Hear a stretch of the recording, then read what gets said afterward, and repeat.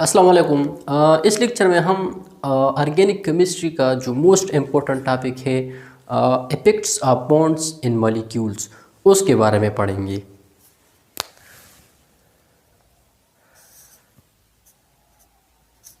Effects of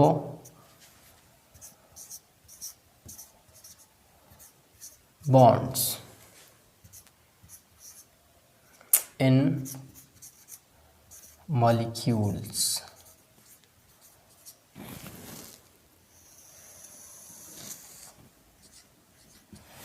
effects of bonds in molecules, इसमें different effects आते हैं, जिसमें से हम आज जिस टॉपिक के बारे में पढ़ेंगे वो है इंडक्टिव इफेक्ट। फर्स्ट जो इफेक्ट है वो है इंडक्टिव इफेक्ट। आज हम इंडक्टिव इफेक्ट के बारे में पढ़ेंगे। इंडक्टिव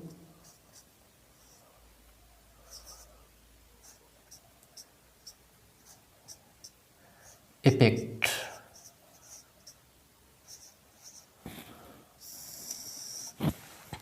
इंडक्टिव इफेक्ट क्या है?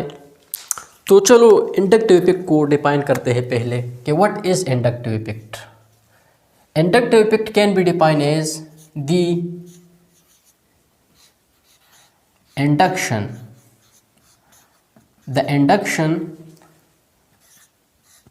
of a permanent dipole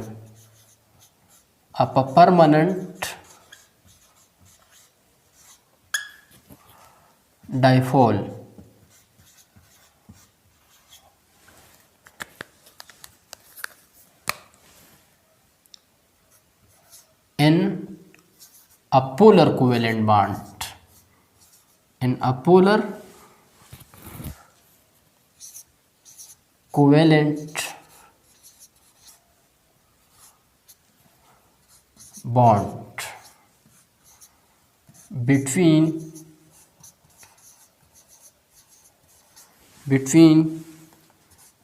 the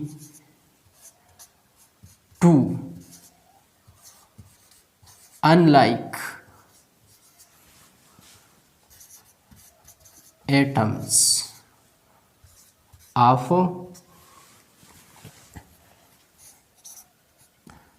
different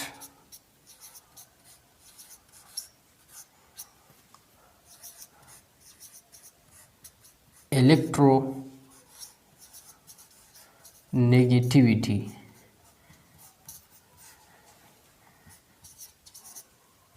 is called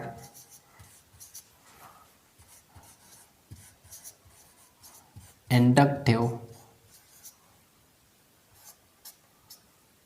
effect।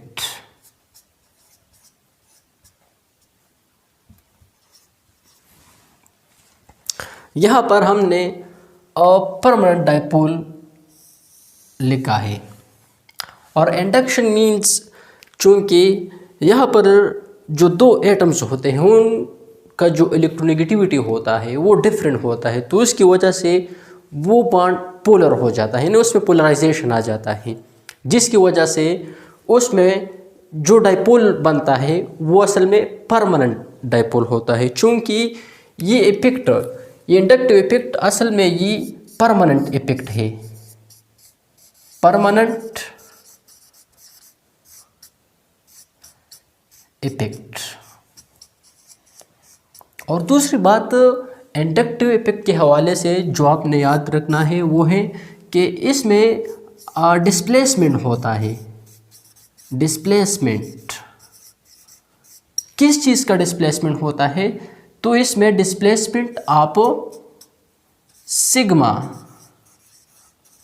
Electrons का होता है, सिग्मा इलेक्ट्रॉन्स, उसका डिस्प्लेसमेंट होता है। यहाँ पर जो इलेक्ट्रॉन है जो डिस्प्लेस हो जाते हैं ये कंप्लीट ट्रांसफ़र नहीं होते, चूँकि यहाँ पर ये सिर्फ डिस्प्लेस हो जाते हैं लेकिन उसका कंप्लीट ट्रांसफ़र नहीं होता, जिसकी वजह से उस मॉलिक्यूल पर चार्ज अपीयर होते हैं जिसको हम डाइपोल कहते हैं। तो इसका जो एग्जांपल है, एग्जांपल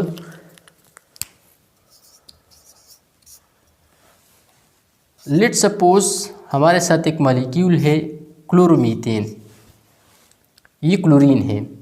अब अगर ये कार्बन और ये क्लोरीन है, इन दोनों में से क्लोरीन ये मोस्ट इलेक्ट्रोनेगेटिव है, तो क्या होगा, चूँकि ये इलेक्ट्रोनेगेटिव है और ये लेस इलेक्ट्रोनेगेटिव है, तो यहाँ पर जो पेयर ऑफ इलेक्ट्रॉन है वो किस तरफ अट्रैक्ट हो गए, ये क्लोरीन ये इन पेयर ऑफ इलेक्ट्रॉन को अपनी तरफ खींचेगा, जिसकी वजह से इस क्लोरीन पर नेगेटिव चार्ज और इस कार्बन पर पॉजिटिव चार्ज अपीयर होगा।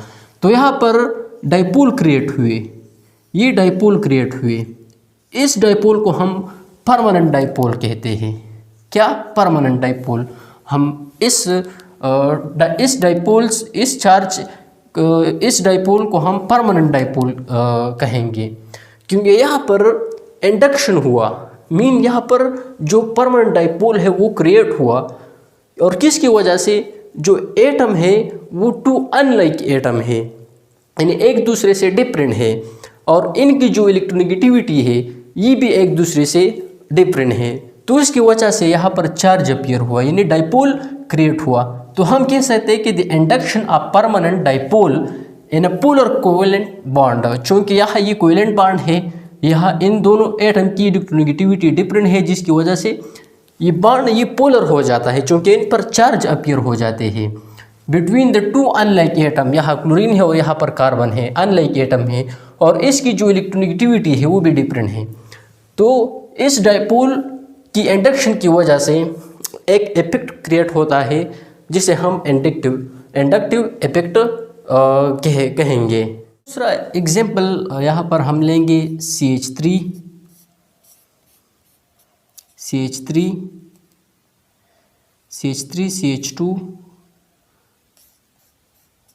CH2 और यहाँ पर हम क्लोरीन लेंगे।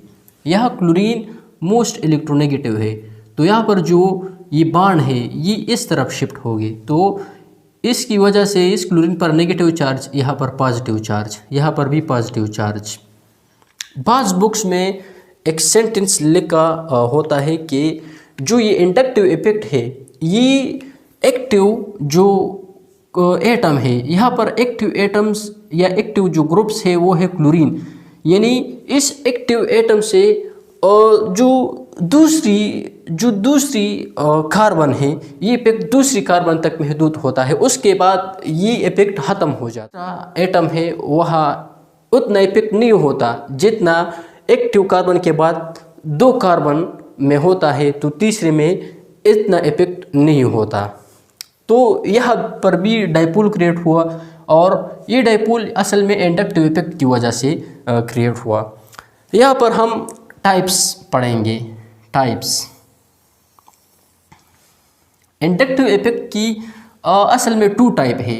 नंबर 1 टाइप्स जिसको कहते हैं negative I effect, negative I effect कहा जाता है उसको, negative I effect. Negative I effect में क्या होता है, नेगेटिव आई इफेक्ट में मॉलिक्यूल में ऐसे ग्रुप्स होते हैं जो इलेक्ट्रॉन को अपनी तरफ विथड्रा करते हैं, अपनी तरफ खींचते हैं। तो नेगेटिव आई इफेक्ट में क्या होता है, ऐसे ग्रुप्स होते हैं जो इलेक्ट्रॉन विथड्राविंग ग्रुप्स होते हैं, इलेक्ट्रॉन विथड्राविंग ग्रुप्स। और इलेक्ट्रॉन विथड्राविंग ग्रुप्स कौन से हैं, वो है नाइट्रो ग्रुप है, साइनाइड ग्रुप है, इसी तरह कार्बोक्सिलिक ग्रुप है। ये कौन से ग्रुप है, ये ऐसे ग्रुप है जो इलेक्ट्रॉन को अपनी तरफ खींचते हैं। इसके साथ जो क्लोरो है, क्लोरीन है, ब्रोमीन है, इसी तरह फ्लोरीन है, ये ऐसे ग्रुप्स हैं जो इलेक्ट्रॉन को अपनी तरफ खींचने की इसमें सलाहियत मौजूद होते हैं, जो इलेक्ट्रॉन को विथड्रा करते हैं। इसकी जो एग्जांपल हमने यहाँ पर देखा, ये क्लोरीन ये इलेक्ट्रॉन विथड्राविंग ग्रुप है, इलेक्ट्रॉन विथड्राविंग ग्रुप। और ये कौन सा इफेक्ट शो करता है, यहाँ पर ये माइनस आई इफेक्ट शो करता है। ये क्लोरीन इस मॉलिक्यूल में नेगेटिव आई इफेक्ट शो करता है। और दूसरा जो टाइप है वो है plus I effect, plus I effect.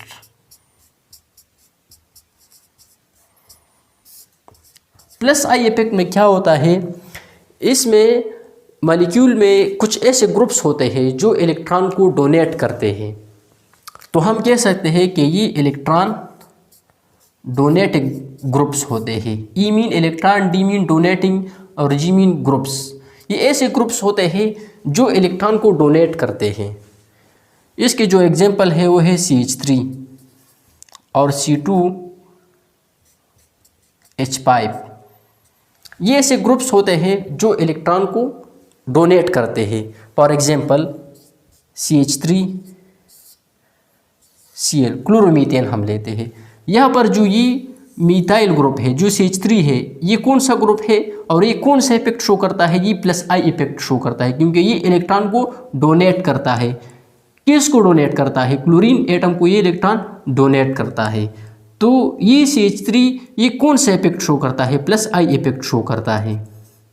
और ये कौन सा ग्रुप है? ये इलेक्ट्रॉन डोनेटिंग ग्रुप है। और यहाँ पर जो क्लोरीन है, ये कौन सा ग्रुप है? ये इलेक्ट्रॉन विथड्राविंग ग्रुप से। और कौन सा इफेक्ट शो करता है? ये नेगेटिव आई इफेक्ट शो करता है। तो ये इंडक्टिव इफेक्ट के हवाले से थोड़ा सा रिव्यू हमने दिया और उसका थोड़ा सा एक्सप्लेन किया। इसके बाद हम इसके जो एप्लीकेशन है उसको डिस्कस करेंगे कि इंडक्टिव इफेक्ट हम क्यों पढ़ते हैं, क्या वजह है कि हम इंडक्टिव इफेक्ट को ऑर्गेनिक केमिस्ट्री में पढ़ते हैं। तो उसकी जो एप्लीकेशन है उसको डिस्कस करते हैं। एप्लीकेशन ऑफ इंडक्टिव इफेक्ट उसको पढ़ते हैं। Application of inductive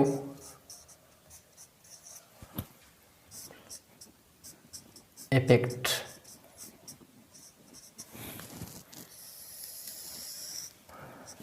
first application जो हम डिस्कस करेंगे वो है एसिडिटी।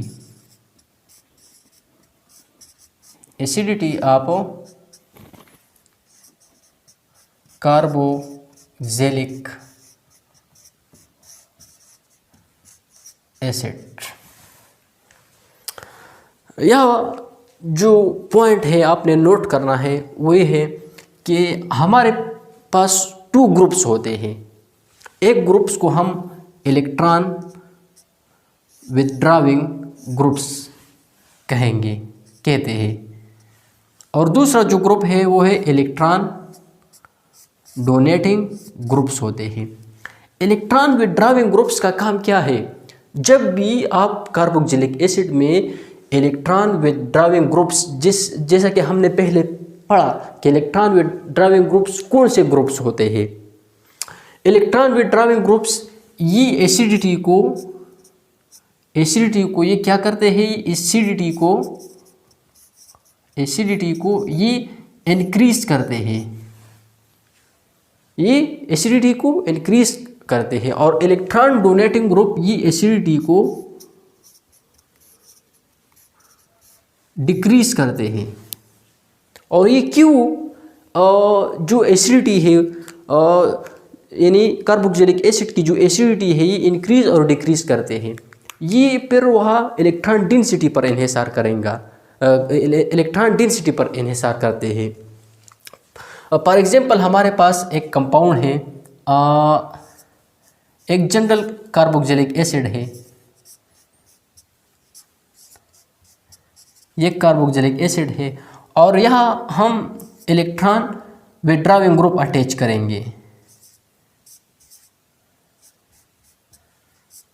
CH2 और Cl। यहाँ पर इस कार्बोक्सिलिक एसिड के साथ हमने इलेक्ट्रॉन विथड्राविंग ग्रुप अटैच किया। तो ये क्या करता है? इससे जो इलेक्ट्रॉन है ये अपनी तरफ खींचते हैं, इलेक्ट्रॉन को विथड्रा करते हैं। तो यहाँ पर जो इलेक्ट्रॉन डेंसिटी है यहाँ पर ये कम हो जाता है और ये प्रोटॉन इस कार्बोक्सिलिक एसिड से ये इजीली रिलीज हो जाता है। तो एसिडिटी का जो ऑर्डर है, so this carboxylic acid is more acidic as compare to this carboxylic acid. तो एसिडिटी ऑफ कार्बोक्सिलिक एसिड ये इंक्रीज हो जाती है जब उस कार्बोक्सिलिक एसिड के साथ इलेक्ट्रॉन विथड्राविंग ग्रुप अटैच होता है। तो ये तो एक एप्लीकेशन था। दूसरा जो एप्लीकेशन है वो है रिएक्टिविटी। Reactivity of compounds.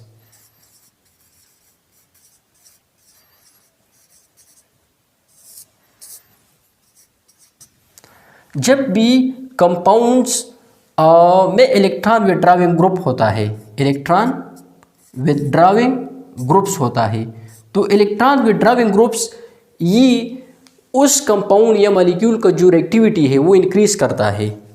वो उसका रिएक्टिविटी क्या करता है? इंक्रीज़ करता है। रिएक्टिविटी ये इंक्रीज़ करता है। फॉर एग्जांपल हमारे पास एक कंपाउंड है CH3